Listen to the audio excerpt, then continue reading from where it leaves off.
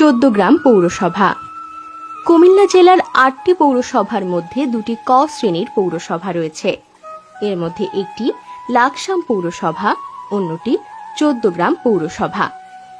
লাকসাম পৌরসভার নিজস্ব dumping station থাকলেও এই চৌদ্দগ্রাম পৌরসভার নিজস্ব কোনো ময়লা ফেলার জায়গা নেই।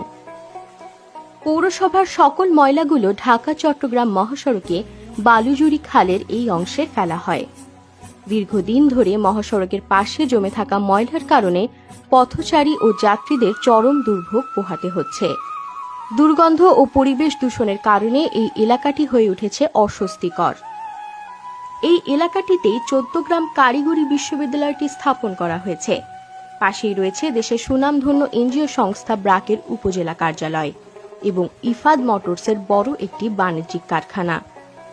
ঢাকা চট্টগ্রাম মহাসড়ককে কেন্দ্র করে প্রতিনিয়ত এই অংশে আরও অনেক শিল্প প্রতিষ্ঠান গড়ে উঠছে, যেখানে দেশ ও বিদেশের অনেকেই কাজের জন্য আসছেন।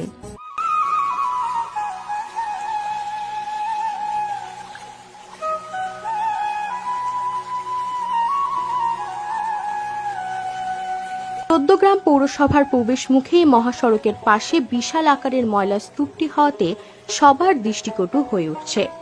সড়কযোগে রাজধানী ঢাকার সাথে বন্দর নগরী তথা বাংলাদেশের বাণিজ্যিক রাজধানী চট্টগ্রাম ও পর্যটন নগরী কক্সবাজারের যোগাযোগের একমাত্র মাধ্যম এই মহাসড়কটি।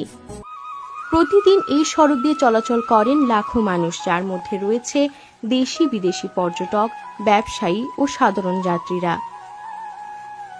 এই অস্বাস্থ্যকর পরিবেশ কেবল স্থানীয়দের জন্যই নয়, বিদেশি মানুষদের কাছে উপজেলা তথা দেশের ভাবমূর্তিতে নেতিবাচক প্রভাব ফেলছে।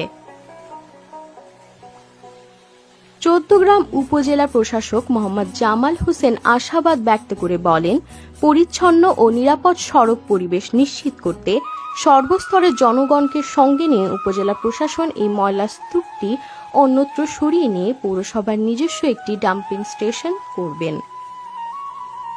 এখন সময় এসেছে বিষয়টিকে আরও গুরুত্বের সঙ্গে দেখার।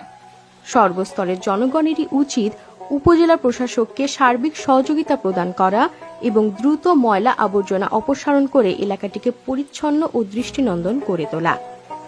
এতে যেমন পরিবেশ রক্ষা পাবে, তেমন জাতীয় ও আন্তর্জাতিক পর্যায়ে আমার, আপনার, আমাদের চৌদ্দগ্রামের ভাবমূর্তিও অক্ষুণ্ণ থাকবে।